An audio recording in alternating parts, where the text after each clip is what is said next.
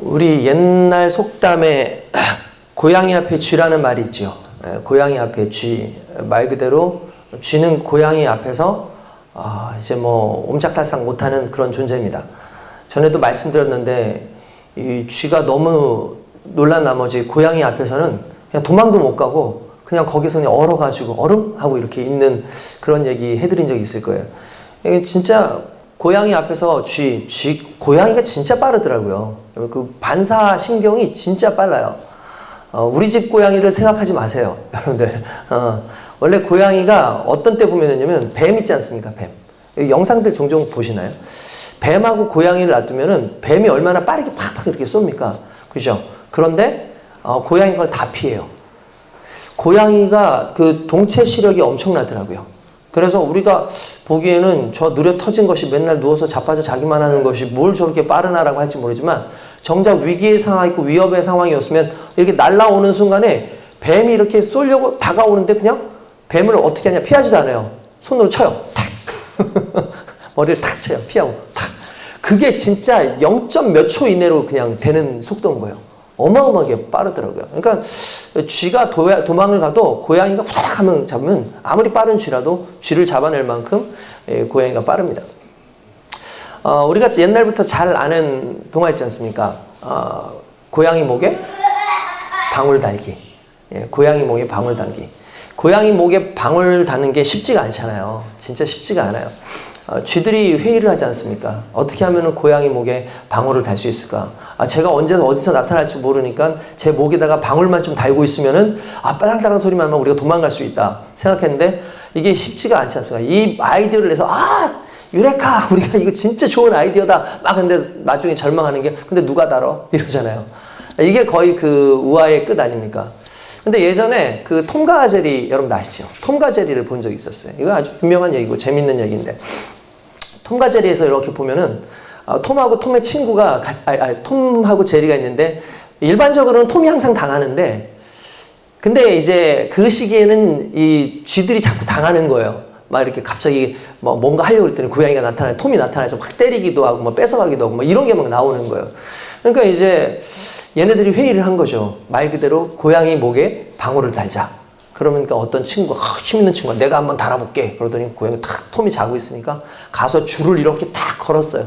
걸고 묶으려고 딱 하는 순간 자고 있었던 자는 척 했던 톰이 갑자기 일어나더니 얘를 다다닥 치더니 오히려 가져왔던 줄을 뚱뚱뚱뚱 묶어가지고 보내는 이런 내용이 나와요. 그래서 막 와가지고 이제 무슨 쥐들이 가도 그게 안 되는 거예요. 그러니까 제리가 그럼 내가 하겠다. 그래서 자기가 하겠다 그럽니다. 그래서 제리가 이제 준비한 게 뭐냐? 일단 상자를 하나 사요. 이렇게 예쁜 상자 하나를 사고 거기에다가 아주 리본을 달고 이쁘게 꾸민 이 방울을 집어넣습니다. 그리고 이 방울을 집어넣은 다음에 상자를 이쁘게 선물 포장을 해가지고 가지고 톰 앞에 가요. 톰이 가가지고 막 이렇게 하려니까 선물이야 하고 줘요.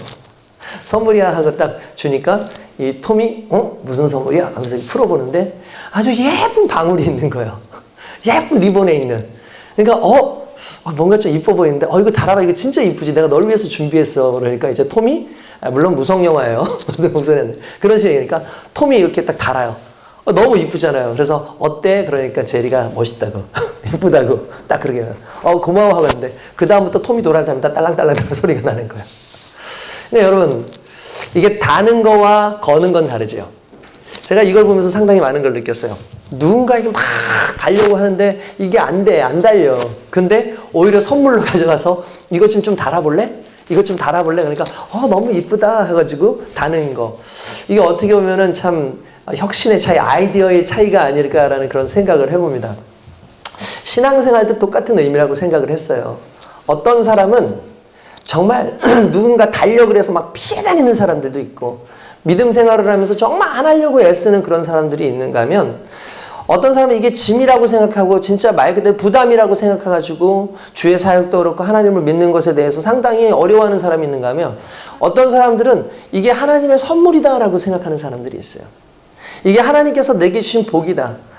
내게 교회를 맡겨주셨구나. 내게 하나님께서 이런 사명을 맡겨주셨구나. 하나님께서 나로 하여금 이렇게 귀한 은혜를 맡겨주셨구나. 스스로 그것을 걸고 그리고 기쁨으로 살아가는 사람들도 있죠. 물론 통과제리의 내용과는 상당히 다른 얘기일 수는 있겠지만 의식의 전환인 것 같아요. 똑같은 상황 속에서도 의식의 전환이 있는 사람이 삶이 달라져요. 어떤 식으로 교회에서 신앙생활을 할 거냐, 어떤 식으로 교회에서 내가 살아갈 거냐에 대한 것은 과거에 그냥 관습적이고 우리가 습관적으로 그냥 가져왔던 어떤 그냥 매너리즘에 빠졌던 그런 신앙의 그것이 아니라 이제 새롭게 하나님께서 우리에게 맡겨주신 이 사명을 감당하는 게 결국 하나님께서 우리에게 원하시는 것이고 이것이 내게 복이 될 수 있겠다라는 그 믿음을 가지고 달려가는 것, 이게 너무나 중요하고 저는 무엇보다 그 안에 적극적인 스스로의 개인적으로 내가 하고자 하는 의지와 기쁨이 있어야 된다고 생각합니다. 여러분, 의지와 기쁨이 필요해요. 그래야 그 안에서 소망이 생기고 그 안에서 정말 지침이 생기지 않습니다. 우리가 그런 얘기하지 않습니까? 외동으로 자녀를 키우는 것보다는 그래도 둘 이상 자녀들이 있는 게 낫다라고 얘기를 하잖아요.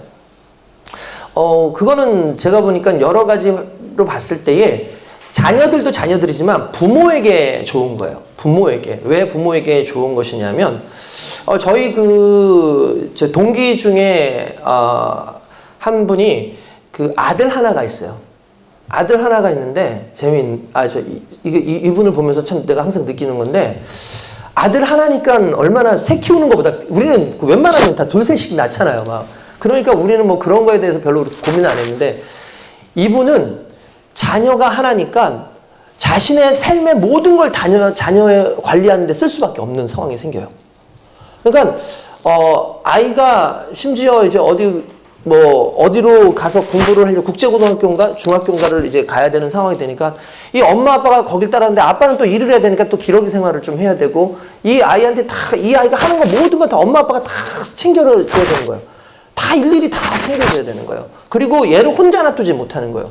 왜 혼자 놔두지 못하냐면 혼자 놔둘 수가 없는 거지. 혼자 놔두지 않는 게 아니라 혼자 놔둘 수 있는 상황이 아닌 거예요. 그러니까 엄마 아빠가 항상 이렇게 옆에 있어야 되는 그런 상황이 되는 거예요. 근데 둘만 돼도 셋만 돼도 지들끼리 냅둬요. 그죠? 야, 큰애한테 아빠 엄마 뭐 좀 다녀올 테니까 네가 잠깐 좀 동생 좀 챙겨. 그러고 나서 갔다 와도 돼요. 그러니까 그게 되는 거죠. 여러분들 그 놀 때에도요. 부모님들, 그러니까 아이가 하나인 부모님들이 체력이 빨리 방전이 된대요. 그 이유가 뭐냐면 아이 하나를 키우는데 애들하고 놀아줘야 되잖아요. 얘하고 놀아줘야 되는데 여러분 놀아주는 게 얼마나 힘든 줄 아십니까? 예, 놀아주려면 일단 집중력이 필요해요. 애들은. 왜냐하면 내 수준에서 아이들로 놀 수 없어. 내가 아이들의 수준으로 가서 놀아줘야 돼요. 유치해지잖아요. 우리가 애들 데리고 막 있으면은 막 하면서 진짜 말도 안 되는 짓 하고 막 그러지 않습니까? 근데 그 유치해지는 이유가 뭐냐면 집중력을 발휘했기 때문이에요.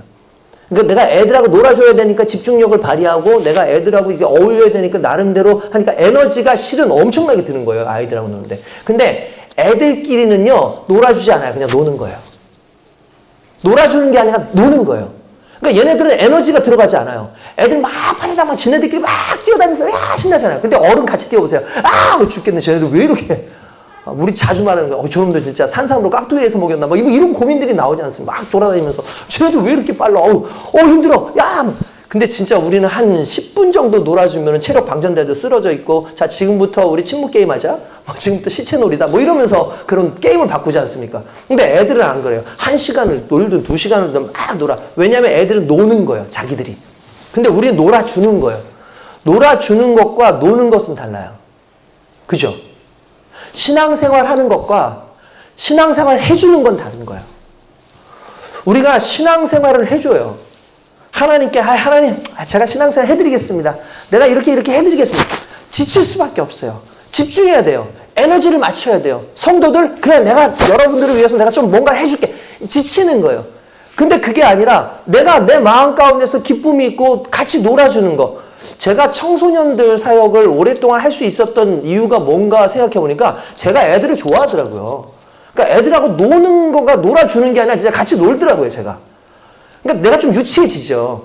그러니까 애들이 맘먹기도 하고. 근데 중요한 건 그게 중요하지 않아. 내가 좋아하는 아이들과 함께 그냥 노는 것 자체가 중요하다고 생각하고 이 친구들과 어울리는 것 자체가 중요하다고 생각하니까 애들하고 같이 노는 게 재밌는 거예요. 무슨 어른이 돼가지고 애들하고 저렇게 열심히 놀아주나. 사람들이 와가지고 아유 목사님 고생 많으시죠. 애들하고 놀아주시니까 아유 애들하고 이렇게 하시려니까 고생이 많이죠. 실은 애들 때문에 고생한 건 없어요.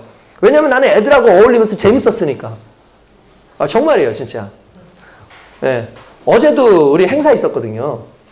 어제 행사 있었는데 제가 이제 손가락을 다쳐가지고 지금 일부러 이거 좀 뺐어요. 일부러. 지금 왜냐면 이거 넘겨야 되는데 넘기는데 불편하니까 이걸 빼고 어제도 이제 여기에 이렇게 좀 감아가지고 이렇게 아이들이 이렇게 했는데 아이들이 너무 이쁜 거예요. 막 시상을 하는데 애들 보니까 그 초롱초롱한 눈빛과 이제 뭐 이런 것들 보니까 너무 이쁜 거예요. 그러니까 뭐 애들 이렇게 시상을 하는데 시상을 해줘야 된다 뭐 의무감도 아니고 그냥 얘네들에게 즐겁게 뭔가 이벤트를 했으면 좋겠다.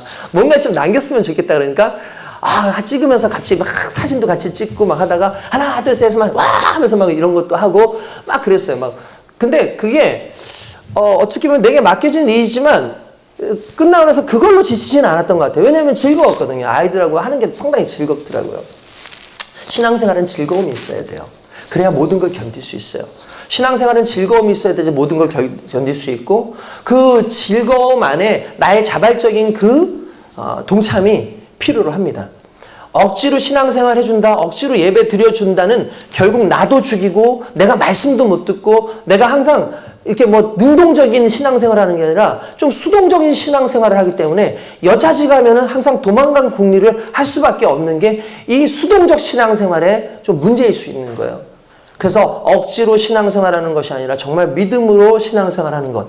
근데 그 믿음으로 신앙생활하는 것이 할 수 있는 여건이 아니라 할 수 없는 여건임에도 불구하고 그것이 너무나 즐겁고 행복해서 할 수 있다면 그야말로 정말 하나님께서 정말 보시기에 가장 아름다운 믿음의 형태가 아닌가라는 생각을 한번 해봅니다. 할렐루야. 오늘 저와 여러분들이요 이제 41주년을 맞이해서 가져야 될 정신이 바로 그 정신이에요. 하나님과 함께한다. 내가 성령과 함께한다. 내가 성령과 함께 동행하고 그분과 함께 즐기고 그분과 함께 찬양하고 그분과 함께 내 삶 속에서 그분과 교제하는 능동적인 이 삶의 모습이 오늘 저와 여러분들 속에서 나타나야 되고 이 나타남이 그냥 하나의 머릿속의 생각으로만 되어지는 것은 아니고 그분과의 그 관계 속에서 친밀함 속에서 이루어지는 것이기 때문에 오늘 저와 여러분들이 오늘 하나님을 만나고 그 안에서 감격이 있고 그분을 신뢰하는 그 귀한 은혜가 나타날 수 있기를 주님의 이름으로 축원드립니다. 아멘. 할렐루야. 오늘 본문의 말씀은 우리가 잘 아는 하박국서 말씀이죠. 우리 아까 전에 얘기 드린 것처럼 내가 기쁨으로 믿음 생활했으면 좋겠다. 기쁨으로 사역을 했으면 좋겠다. 라고 얘기했지만 그냥 솔직히 내가 기분이 좋거나 그러면 좋아요. 이제 가끔씩 우리 영화를 보든 뭐 드라마를 보든 실제 상황 속에서도 엄마 아버지가 특별히 아버지가 밖에서 무슨 일을 하다가 거나하게 술 한잔 드시고 오면은 애들을 불러서 야 이리 와서 막 용돈을 주기도 하고 막 끌어안기도 하고 아이고 이쁜 내 새끼 한 뽀뽀하면은 막 애들 아우 싫어 아빠 막 이러면서도 그냥 아빠가 막 좋아가지고 막 하잖아요. 그죠? 그거는 왜 그런 거예요? 아빠 기분이 좋아요. 그러니까 기분이 좋은 거예요. 근데 아빠가 기분이 안 좋아요. 근데 또 애들을 불러요. 다 일로 나와봐! 오늘 이거 집 상태가 왜 이래? 이게 뭐가 어쩐 거야? 그냥 똑같이 들어왔음에도 불구하고 상황이 바뀐 게 없음에도 불구하고 엄마 아빠의 감정에 따라가지고 아이들을 대하는 게 너무나 다르잖아요. 그죠? 그러니까 어떻게 보면 오늘날 우리의 삶의 기준 속에서의 그 기쁨과 슬픔은 대부분 내 감정과 관련이 되어 있고 그런 것 같아요. 근데 성경에 나오는 이 하박국서에 나오는 이 하박국이 오늘 본문 속에 보면은 18절에 이런 말이 나와요. 나는 여호와로 말미암아 즐거워하며 나의 구원의 하나님으로 말미암아 뭐하리로다? 기뻐하리로다 라고 나와요.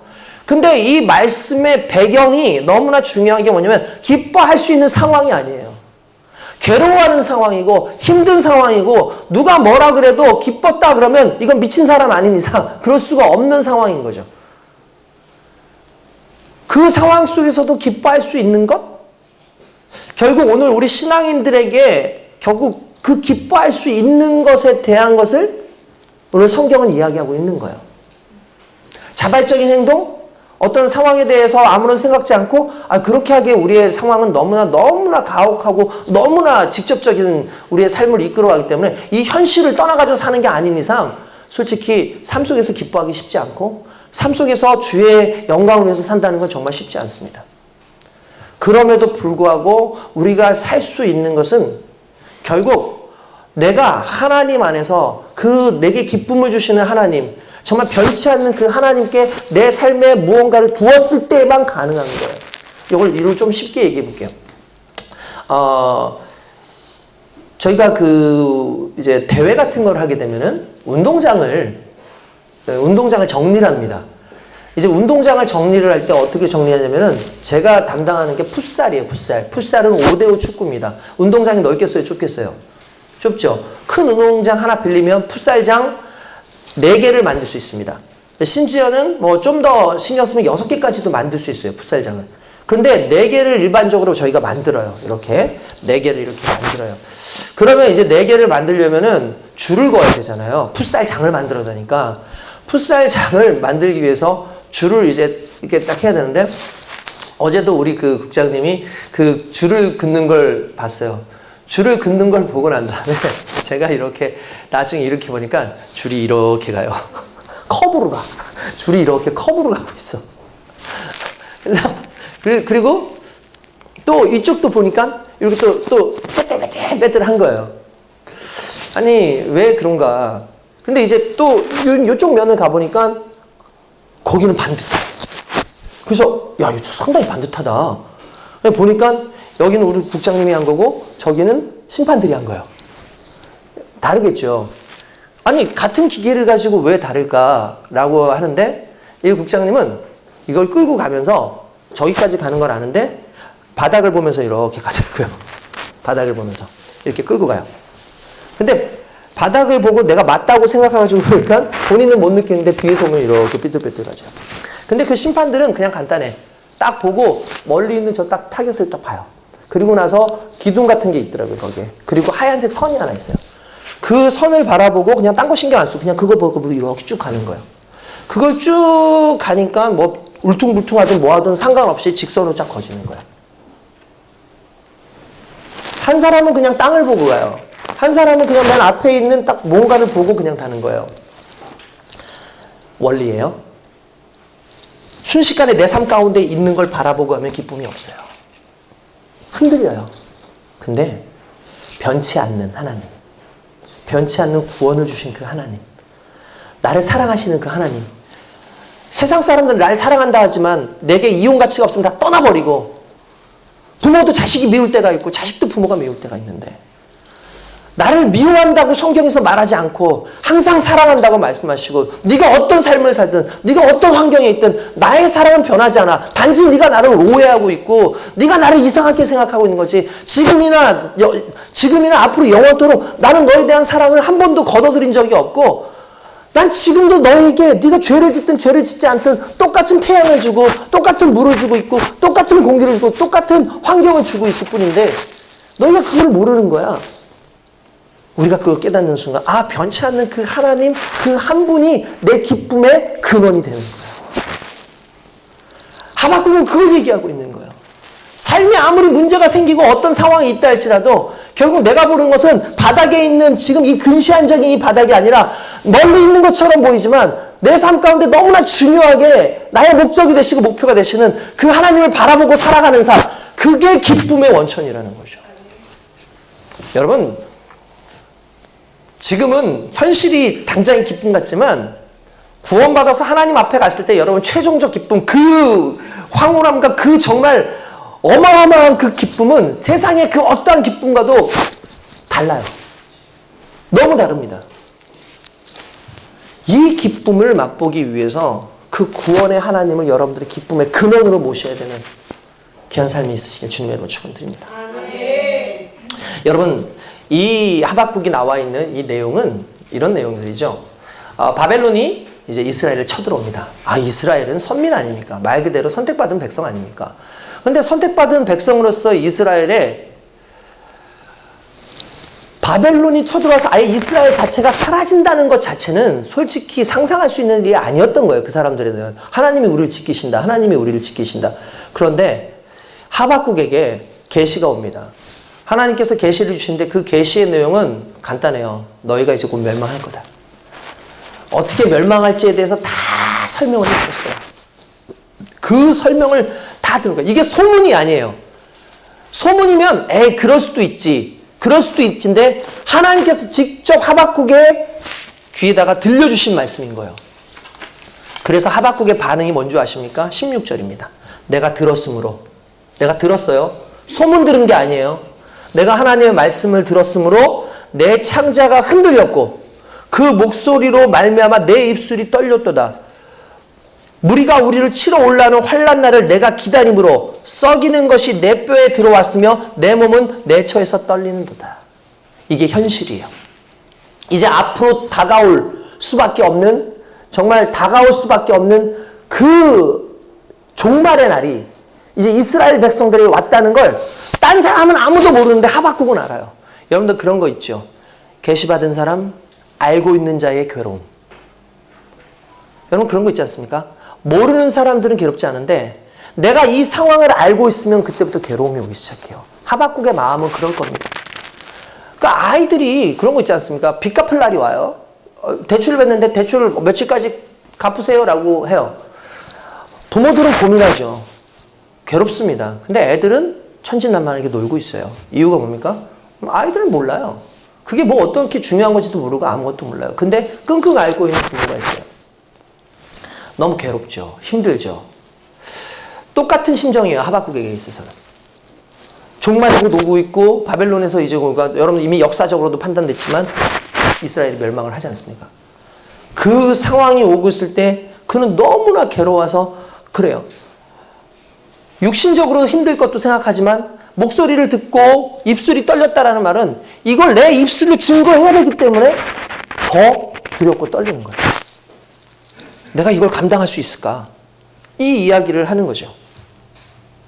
그런데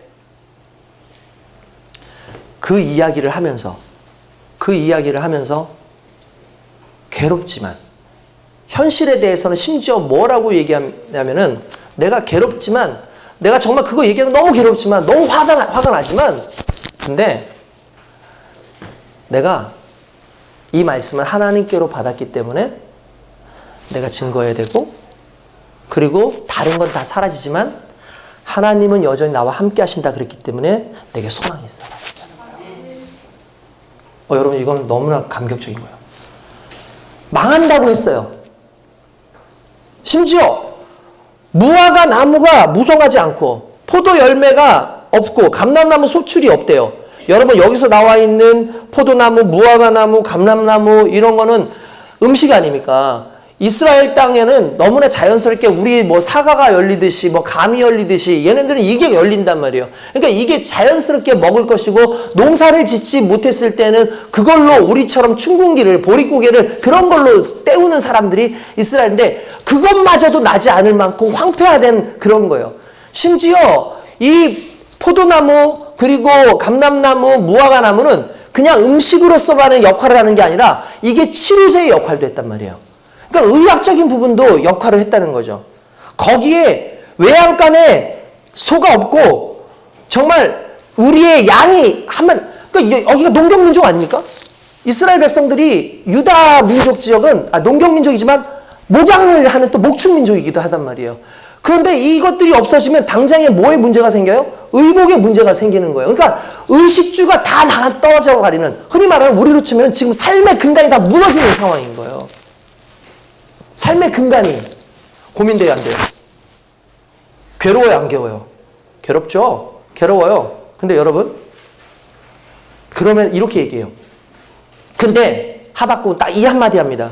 근데 나는 한 가지 말씀을 더 들었어. 근데 걱정하지 마. 내가 너와 함께 할게. 여러분 이게 감격이 없으세요? 다른 건 사라졌어요. 근데 하나님은 한 가지는 약속하셨어요. 걱정하지 마. 내가 너와 함께 할게. 아까 전에 말씀드린 것처럼 다른 것들은 그냥 흔들리는 거예요. 내 삶 가운데 있을 수도 있고 없을 수도 있는 것들이요. 그래서 변화될 수 있어요. 근데 변하지 않는 그 한 분, 우리 주 하나님. 나와 함께 하시는 하나님. 이 모든 것을 제공하시는 하나님. 그 하나님이 우리와 함께 하시겠다라는 그 말을 하는 순간에 하나님께서는 이스라엘 백성들이 멸망해서 바벨론으로 끌려가는 그 순간에도 하나님이 함께 옮겨가십니다. 그걸 에스겔에게 보여주셨어요. 그래서 수레가, 불나는 수레가 옮겨지는 그 내용이 실은 하나님께서 이스라엘의 성전에서, 예루살렘 성전에서 바벨론으로 가는 것을 표현한 게 그거거든요. 그거 가지고 요즘에 막 이상한 사람들은 그게 UFO다 뭐다는데 그게 아니라 하나님께서 고통당하는 이 바벨론으로 끌려가는 이스라엘 백성과 함께 가는 거예요. 나는 성전에만 있는 하나님이 아니라 너희가 가는 그곳에 함께 가는 하나님이야 라고 얘기하신 거죠. 그걸 말씀을 하고 있는데 정말 이해가 안 되고 정말 마음에 안 드는 그 모든 상황이 왔지만 그가 말하는 게 비록 없다 할지라도 나는 내가 여호와 하나님으로 인해서 기뻐하는 이유는 그분만 있으면 돼요. 그분만 있으면 돼. 여러분 우리 인생 가운데 그분만 있으면 돼가 맞습니까? 여러분 정말 맞습니까? 제가 오늘 아침에 찬양을 하는데도 불구하고 우리 성도들이 반밖에 안 왔어요. 41주년인데 제가 마음이 착잡할 수 있잖아요. 근데 예배잖아요. 예배는 누구에게 드려요? 하나님께 드려요. 기쁨이 와요. 왜 기쁨이 올까요? 하나님이 있는데. 우리 교회에 성도들이 있으면 너무나 기쁘고 감사하지만 우리 예배의 자리에 성도는 있는데 하나님이 안 계셨다면, 우리 이 예배의 자리에 성도는 있는데 그리스도 예수가 안 계셨다면, 성령님이 안 계셨다면 그게 비극 아닙니까? 그게 비극 아닙니까? 숫자가 적고 성도가 좀 늦게 들어왔지만 오늘 이 자리는 예배의 자리고 하나님이 함께 하신다는 그 사실 앞에 기쁨의 예배일 수밖에 없는 이유가 생기는 거예요. 그래서 여러분 오늘 말씀의 취지는 이겁니다. 비록 없다 할지라도, 비록 아니할지라도, 비록 우리에게 고난이 온다 할지라도 난 여호와 하나님 한 분만으로 내가 기쁨 가운데 거하겠다라는 그 고백이 오늘 저와 여러분들의 입술 가운데 나와야 될 줄로 믿습니다. 그게 바로 하박국의 고백이었다는 거죠. 이게 너무나 중요한 거죠. 그래서 상황 속에서도 즐거울 수 있는 거예요. 상황 속에서도 행복할 수 있는 거예요. 왜요? 우리에겐 하나님이 계시니까. 이 모든 걸 계획하신 하나님이 계시니까. 여러분 하나님이 계시기 때문에 우리가 도전도 하는 거고요. 하나님이 계시기 때문에 우리 세상 가운데 담대하게 살아가는 거예요. 그래서 방황할 수 있죠. 힘들 수 있죠. 어려운 거 있을 수 있죠. 할 수 있어요. 그러니까 어떤 사람은 그러더라고요. 그 아이들이 부모와의 그 관계가 좋은 아이들이 성공하는 이유가 있대요. 그게 뭐였냐면 이런 거예요. 부모와 관계가 좋은 아이들은 도전을 많이 한대요. 도전을 많이 한대요. 뭔가 머물러 있지 않는데요. 거의 도전 같은 걸 많이 한다는 거예요. 창의적이고 도전을 많이 한대요. 그 이유가 뭐냐면 실패해도 항상 돌아갈 엄마 아빠가 있어요. 문제가 생겨도 항상 에이 됐어 난 그래도 엄마 아빠가 있으니까 이 말이 나온다는 거예요. 여러분 여행이 즐거운 이유는 뭐죠? 돌아갈 집이 있기 때문이잖아요. 여러분 돌아갈 집이 없는데 여행이 즐거울 수 있어요? 여행 힘들지 때때로. 그럼에도 불구하고 여행을 가잖아. 다음 주에 또 가고 다다음 달에도 또 가고 가잖아요. 가는 이유가 뭐예요? 돌아갈 집이 있는 거예요. 돌아갈 집이 없는데 여행 다니는 거 좋아하는 사람 있어요? 곤고해져요. 처량해져요. 돌아갈 집이 없는데 돌아다니면서 여행하는 거 그거 방랑하는 거죠. 처량하다니까요 진짜. 여러분 그렇잖아요. 집이 있으니까 여행이 가능한 거예요. 우리 하나님이 계시니까 우리가 신앙생활에서 세상 가운데에서 실패해도 다시 돌아갈 우리를 맞아주시는 하나님이 계시기 때문에 그것에 대한 믿음이 있기 때문에 우리가 세상 가운데 담대할 수 있는 거예요. 하박국은 그걸 알 거죠. 아 그래 이 모든 상황 속에서도 그거지. 41년 동안 우리가 행복하지만은 않았어요. 교회 안에서 문제도 많이 있었어요. 성도들끼리 서로 다툴 때도 있었고 오해할 때도 있었고 서로 시기하고 질투하고 서로 때문에 너무나 가슴 아파서 정말 이 사람 때문에 교회를 떠나버릴까라는 그런 생각을 가진 적도 있었을 것이고 목사님이 설교를 하는데 그게 또 마음 가운데 너무나 안 들어가지고 떠나가고 싶은 마음이 있었을 수도 있을 것이고, 여러 가지 재정적인 문제, 이런저런 문제, 거리의 문제, 시간적인 문제, 이 모든 것 때문에 떠나가고 싶은 때가 분명히 있었을 수도 있어요. 그런데 한 가지 누가 버티는 줄 아십니까? 하나님이 이 교회에 계신다는 사실과 그리스도 예수께서 이 교회로 우리를 부르셨다는 그 사실이 감격이 되고 소망이 되고 내게 불러주셨다는 그 사명이 있는 사람이 머물러 있는 거거든요. 그래서 여러분들한테 감사한 거예요.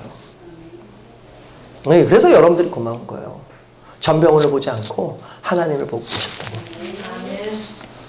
전병훈이 아니라 옆에 있는 사람이 아니라 우리 주 예수 그리스도께서 나를 위해서 세워주신 이 교회를 위해서 내가 존재할 수 있었다라는 것을 믿고 이 자리에 나왔다고 저는 믿습니다. 하박국이 그런 심정이었던 거죠. 하박국이 그런 심정이었던 거예요. 여러분, 이 하박국이 그러면 그 심정 가운데 그냥 있었을까요? 그냥 있었을까요? 그렇지 않아요. 그냥 있었던 게 아니에요. 그는 움직였어요. 복음을 증거해요. 이 하박국이 나아가서 이 복음을 증거했겠죠. 고난의 시간이 있어요. 우리의 믿음은 견뎌야 돼요. 그러면 견딘다라는 말 속에 우리는 항상 뭘 생각하냐면 견디는 거니까 멈춰가지고 이 모든 세파를 견디는 것처럼 하는데 그게 아니에요. 제가 어떤 컬럼을 보는데 그 목사님이 이 컬럼에 상당히 참 좋은 말을 쓰셨어요. 뭐라고 얘기하면 달리는 인내. 달리는 인내. 인내는 인내인데 어떤 인내? 달리는 인내. 여러분, 저는 이게 너무나 멋있는 것 같아요. 그냥 인내가 아니라 멈춰가지고 아무것도 옴짝달싹 못하는 그 인내가 아니라 달리는 인내를 하면서 살아가는 게 이게 크리스찬들의 삶이다라고 얘기를 하시더라고요. 저는 이 부분이 너무 좋더라고요. 너무 좋았어요. 특별히 우리가 순종하기가 쉽지 않은데 순종하는 거, 이거 너무 중요하죠.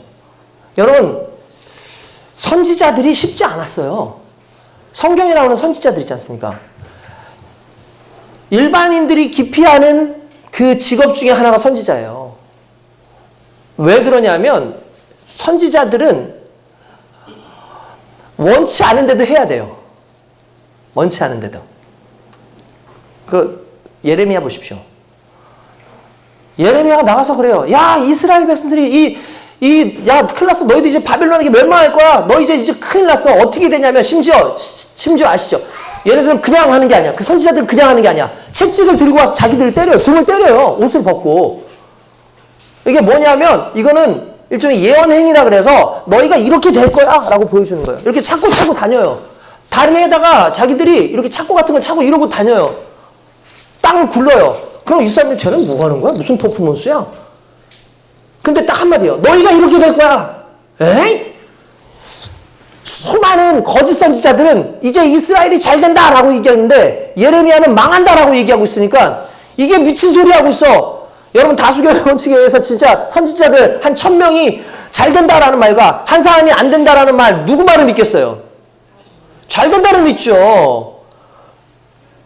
우리가 그런 식이에요. 듣고 싶은 대로 듣는 거예요. 근데 듣고 싶지 않은 그 한마디 하는 그 하나님의 사자를, 그 말을 싫으니까 돌을 던져요. 근데 그걸 맞아요. 그러니까 화가 났어. 집에 왔어. 안 나갈 거예요, 이제. 하나님 나 안 할 거예요. 근데 갑자기 이렇게 고백해요. 내가 안 한다고 했더니 내 속에서도 불이 올라와서 참을 수가 없나요? 요나 같은 경우 보세요. 아수르, 자기의 원수인 나라 아수르 사람들이 쳐들어오는데 하나님께서 뭐냐면, 야, 조금 있으면 아수르가 멸망할 것 같아.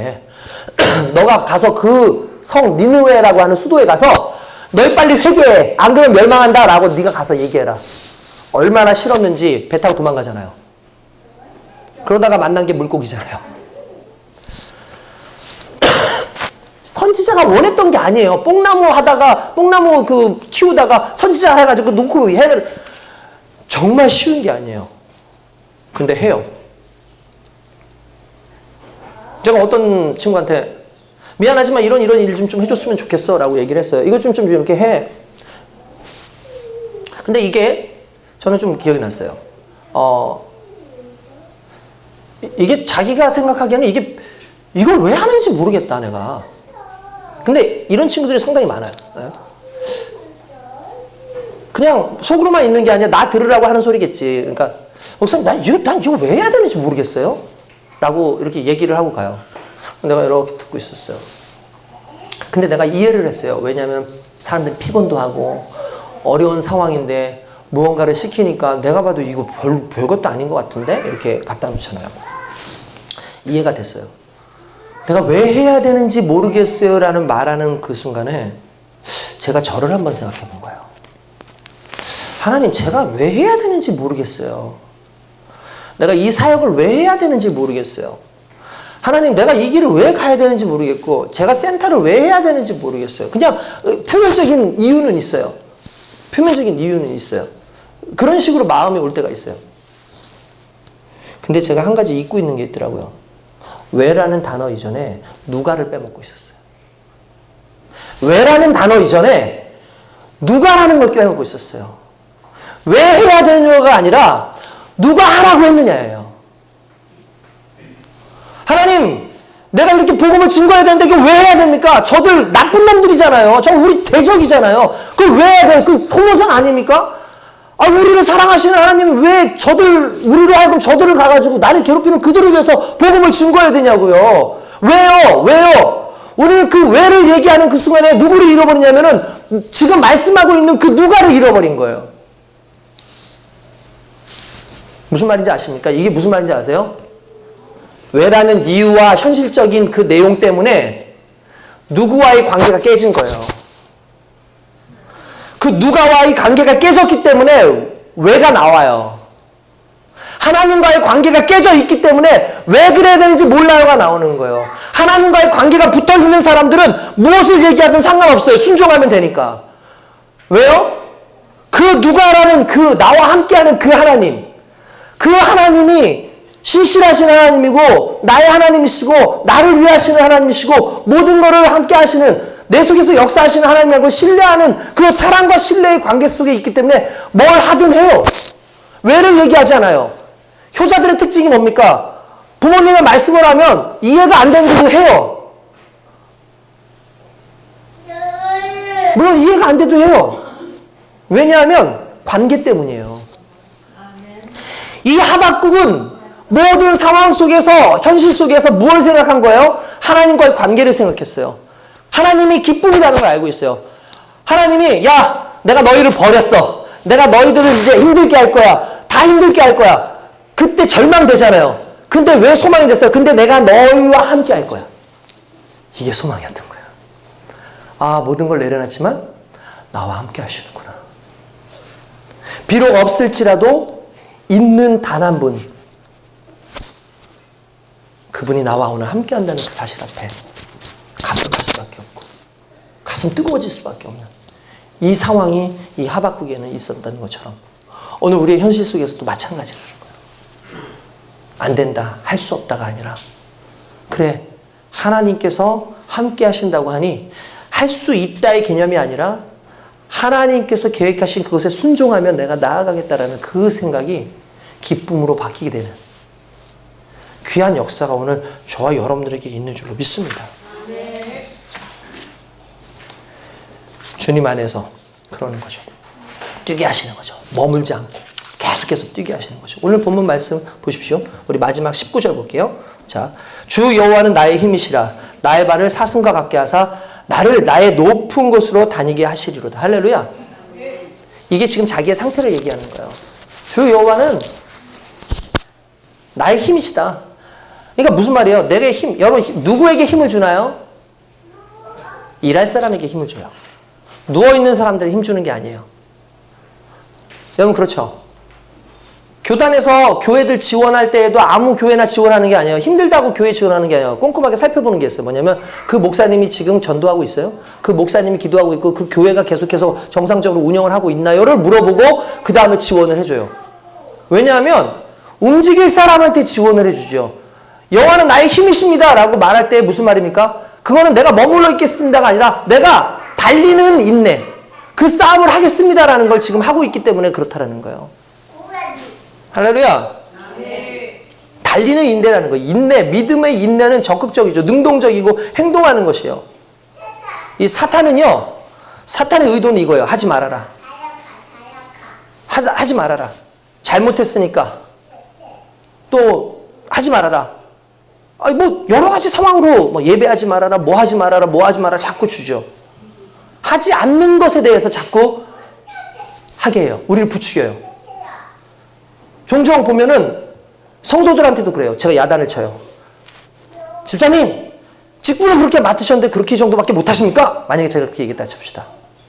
아니면 아니 찬양팀 뭘 그렇게 했는데 왜 이렇게 자세가 안 좋아? 라고 얘기를 했다고 쳐봅시다. 두 가지 종류가 나오겠죠. 아니 세 가지 종류예요. 뭐냐면 이런 거죠. 첫 번째, 아씨 때려쳐. 씨. 아 이거 뭐 밥 줘? 이거 한다고 뭐네? 자존심 상해. 내가 뭐 그러니까 내가 안 한다 그랬잖아요. 억지로 시켜놓고 왜 야단쳐요? 그러니까 안 한다 그랬잖아요. 안 한다는데 왜 시켜놓고는 뭐라고 야단치는 거야? 그냥 냅두지. 그래서 안 하게 하는 거, 이게 전형적인 마귀가 주는 수법이에요. 자존심을 건드려요. 우리의 자존심을 건드려요. 알량한 자존심을 건드려서 자존심보다 더 중요한 걸 놓치게 하는 거. 사단이 하는 거예요. 그런 것 좀 비슷한 거 있어요. 하기는 해요. 근데 계속 불만이 있어요. 안 하고 싶었는데. 안 하고 싶었는데 왜 자꾸 시켜? 진짜. 그게 계속 있잖아요. 그게 안 하는 것보다 더 나빠요. 왜 나쁜지 아십니까? 영향을 끼쳐요. 주변에 영향을 끼쳐요. 그냥 있잖아요. 옆에 사람들. 야, 내 말 맞지 않냐? 진짜 어쩔 수 없이 하긴 하는데 야, 내 말 맞지 않냐? 이거 진짜 그렇지 않냐? 목사님 말이 내 잘못 아니지 않냐고? 이거 진짜 이거 혼자 있지 않잖아요. 계속해요. 근데 그 자리에 서요. 계속 그 일을 해요. 사단이 사용하는 안 하면 되잖아 보다 더 나쁜 무기죠. 근데 하나님은 이렇게 해요. 회개하게 해요. 하나님 깨닫게 하세요. 하나님은 지금 이 상황보다 더 확실하고 더 중요한 것에 대해서 바라보게 하시는 거예요. 그래서 내 자존심도 내려놓게 하시고 나의 불평도 내려놓게 하시고 나의 편리도 내려놓게 하시고 하나님을 붙잡고 달려가는 일에 애쓸 수 있도록 힘을 주신다는 거죠. 그걸 붙잡기 위한 싸움을 우리가 해야 되는 거예요. 하지마, 싫어, 안 할 거야. 결국 이게 영적 침체에 빠지게 하는 것이고 문제만 생기면 중단하고 잠수 타고 안 하고 결국 이 모든 것들이 하나님이 주신 것이 아니라 사단이 주는 그러한 유혹일 수밖에 없는데 그 속에서 계속해서 반복되어지는 영적 침체가 올 수밖에 없어요. 그래서 우리 기쁨의 하나님을 만나야 돼요. 그 하나님과의 관계를 유지해야 돼요.